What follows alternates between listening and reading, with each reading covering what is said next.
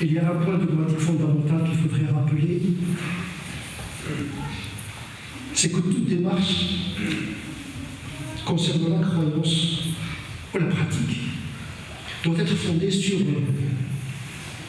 des questions de la aqida, au fondement de l'agir et de la pratique musulmane. Il y a le sens. D'abord le sens de Dieu, puisque le Coran réserve la majeure partie de son discours à la révélation de Dieu lui-même à travers ses noms et ses attributs. Le but de la création, le but de la révélation, c'est de permettre aux hommes de connaître leur Créateur. C'est le domaine de la aqida. Or, il ne faudrait pas se tromper de Créateur. D'où la nécessaire lecture juste des attributs d'Allah subhanahu wa ta'ala. Pourquoi Dieu a créé l'homme? Est-ce que parmi les finalités de la création, le châtiment ou le bonheur ou la félicité de l'homme? On sait bien que Dieu subhanahu wa ta'ala se qualifie de miséricordieux. C'est un attribut d'essence. Ce n'est pas uniquement l'attribut d'acte. C'est un attribut éternel, permanent, contrairement à la colère, qui est un acte. Et qui n'est pas un attribut d'essence permanent. Dieu est tout le temps miséricordieux, mais il se met en colère de temps en temps. Et donc on ne peut pas qualifier Dieu de coléreux, ça n'existe pas parmi ses attributs. Et tous les attributs qui qualifient Dieu de vengeur, de quelqu'un qui rabaisse, ne figurent pas parmi les noms suprêmes d'Allah subhanahu wa ta'ala. Parce que tout simplement personne n'accepte pour lui-même d'être qualifié ainsi. Raison de plus lorsqu'il s'agit d'Allah subhanahu wa ta'ala. C'est cette remarque qui a été formulée par Cheikh Islam Ibn Taymiyyah en réfutant le hadith de Tirmidhi qui rapporte un certain nombre d'attributs parmi lesquels on trouve celui qui rabaisse, celui qui humilie, le modil. Le modil, ce n'est pas un attribut valorisant. Et c'est pour cette raison que le Taymiyyah n'accepte pas ce hadith, parce que c'est un hadith qui n'est pas authentique. Ça fait partie des hadiths qui ont subi de l'interpolation, c'est-à-dire que le narrateur a introduit sa propre citation dans le récit et du hadith du prophète sallallahu alayhi wa sallam. Donc Dieu se qualifie comme bon, essentiellement, miséricordieux, parfait. C'est pour cette raison qu'il a créé l'homme parfait. Fi ahsani taqwim. Nous avons créé l'homme dans la posture la plus parfaite, la posture spirituelle, pas physique parce qu'il y a des handicapés. Mais spirituellement, tous les hommes sont, et bien sûr les femmes, sont égaux. Ils sont nés croyants. Puis cet homme a chuté, a subi la chute. Donc pour nous, il n'y a pas le péché originel. Il y a la vertu originelle. On est dans une autre théologie. L'homme ne n'est pas pécheur. Puisque l'âme qui est déposée dans son corps le 120e jour de sa vie, dans le ventre de sa mère, est déposée par l'ange. Cet âme qui vient du ciel et qui a gardé les traces de Dieu. Mais elle s'est altérée par le corps, une fois qu'il l'a épousé. C'est pourquoi on dit la corruption. Corrompre, c'est le corps qui altère l'âme. Corruption, altération. Mais à l'origine, l'homme connaît son Seigneur. De tous les êtres humains, d'origine juive, chrétienne, bouddhiste, c'est une vision que nous devons avoir de l'humanité. Nous avons donné une dignité à l'être humain. Qui ressort car nous devons jeter sur l'humanité parce qu'ils sont habités par le souffle déposé par l'ange qui vient du ciel. Il a chuté. Vu l'éducation, la civilisation, la philosophie, la religion des parents. Mais à l'origine, il est né musulman d'une certaine manière, selon la religion naturelle.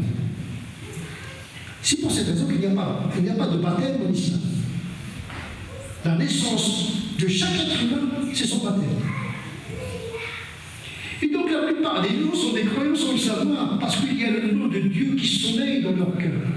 Il suffit qu'ils rencontrent le souffle de l'islam pour faire jaillir cette source enfouie sous la sédimentation et la poussière et l'érosion du temps de l'éducation.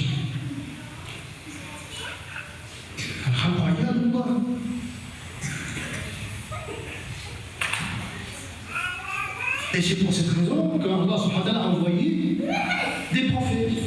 On n'a pas à châtier, à punir un peuple tant que celui-ci n'a pas reçu le message. Il va mais un message clair et éloquent. Pas comme celui que nous transmettons aux autres. Altéré, maladroit et répugnant parfois. Et donc, ce souffle qui habite l'être humain doit être réveillé par le souffle du Coran. Le Coran, c'est un souffle qui vient éveiller le souffle intérieur, pour éveiller aussi cette conscience de Dieu qui sommeille. C'est pour cette raison que le Coran s'appelle dhikr, rappel. Il rappelle l'homme ce qui est gravé dans sa prime nature, le fitra. Et donc Allah a envoyé les prophètes pour redresser et restaurer cette nature altérée. Il y a restauration par la foi et par l'action. L'action juste.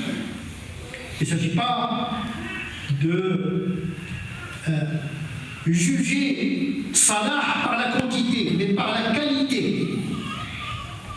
Et c'est pour cette raison qu'Allah a envoyé un message simple, accessible.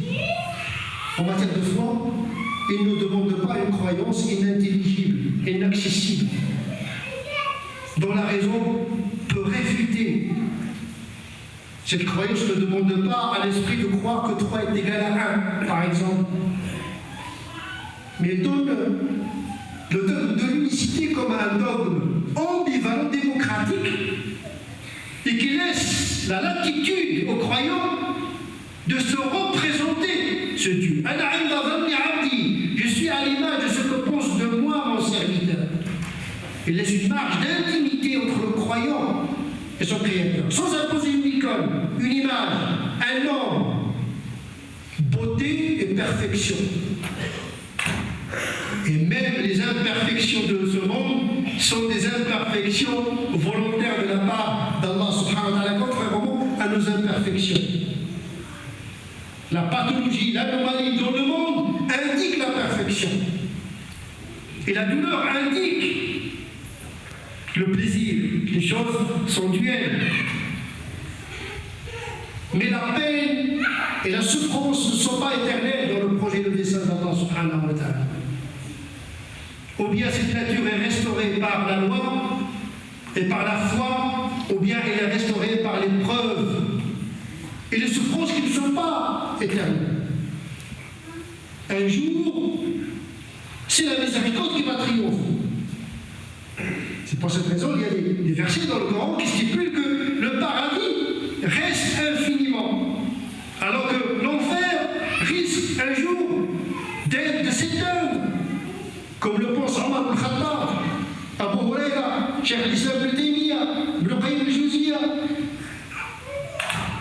parce que l'existence est dans l'intérêt de l'être humain. Quel intérêt à maintenir dans une peine perpétuelle indéfinie, alors que la peine est un moyen d'accès à la restauration. On leur faire goûter du châtiment mineur avant le châtiment majeur, afin qu'ils retrouvent ce qu'ils ont perdu, c'est-à-dire Allah subhanahu wa ta'ala. Et donc le châtiment, l'adab, c'est pas le projet final d'Allah subhanahu wa ta'ala. C'est une lecture qui se tient à la grandeur d'Allah subhanahu wa ta'ala, qui est capable d'être entendue par des non-musulmans. Et c'est une offre à une religion simple, dont Dieu est bon, et que le mal n'est qu'accidentel. Le mal est accidentel. Les souffrances ne dureront pas éternellement. C'est le bonheur qui est éternel, parce que notre Dieu est bon. Et donc la religion est simple, parce qu'elle est droite. C'est la mustaqim, c'est une droite rectiligne. Et la droite, c'est le chemin le plus court entre deux points. Donc c'est la mustaqim, il est simple, il est court. Pourquoi se compliquer la vie? C'est pour cette raison que le Coran dissuade les musulmans. Il les empêche de poser des questions sur les détails et de se concentrer sur l'essentiel. Le prophète également a empêché ses compagnons de multiplier les questions, donc multiplier les interdits. Car la multiplication des interdits multiplie les tentations, donc multiplie les défis. Et Dieu ne veut pas être désobéi. Il ne faut pas croire que Dieu, quand il ordonne, il cherche à être obéi. Au contraire, il veut que son ordre soit accessible. Ibn Taymiyyah, dans son livre a dit le Coran ne répond pas à toutes les questions. Ainsi que le prophète sallallahu alayhi wa sallam, il ne demande pas aux musulmans de l'époque de pratiquer ce qui n'est pas possible pour eux de pratiquer. Tout simplement parce qu'ils ont pratiqué cette Coran et Sunna, ils ont pratiqué cette sagesse universelle. Si tu veux être obéi, ordonne le possible. La yukallifu Allahu nafsan illa wus'aha. Dieu ne demande pas à l'être humain d'accomplir que ce qui est innocent. Ça me tue. Et les gens sont différents. Les principes salat, siyam sont les mêmes. L'akhlaq sont les mêmes. Mais la Sharia a prévu des dérogations, des simplifications pour rendre la vie accessible et spirituelle. Déjà la vie est chargée de l'ordre, de contraintes. Mais il ne faut pas que la religion vienne, comme débouler normatif, empêcher l'essor des musulmans dans un monde perplexe, dans un monde où il y a des tentations partout. Pourquoi multiplier les interdits au lieu de se concentrer sur salat, sur siyam, sur la piété filiale, sur la générosité, ne pas parler derrière les gens, ne pas être orgueilleux? Vous n'allez trouver aucun savant qui va vous donner l'autorisation d'être orgueilleux, ou bien de parler derrière quelqu'un, la médisance. Par contre, vous allez trouver des divergences sur le ordre facile. Mariage, disposition, riba, ce qui est riba, c'est pas riba. Il y a mille façons de considérer le riba, le contrat de commerce, etc. Les habits qui obéissent à des conventions, sociales, etc. Parce que la religion a pris en considération la culture, comme le Coran a fait avec les Arabes de l'époque. Il ne s'agit pas d'imposer la culture arabe, mais de transmettre le message de l'islam. Donc il faut le tri. Tout ce qui est dans le Coran n'est pas à reproduire.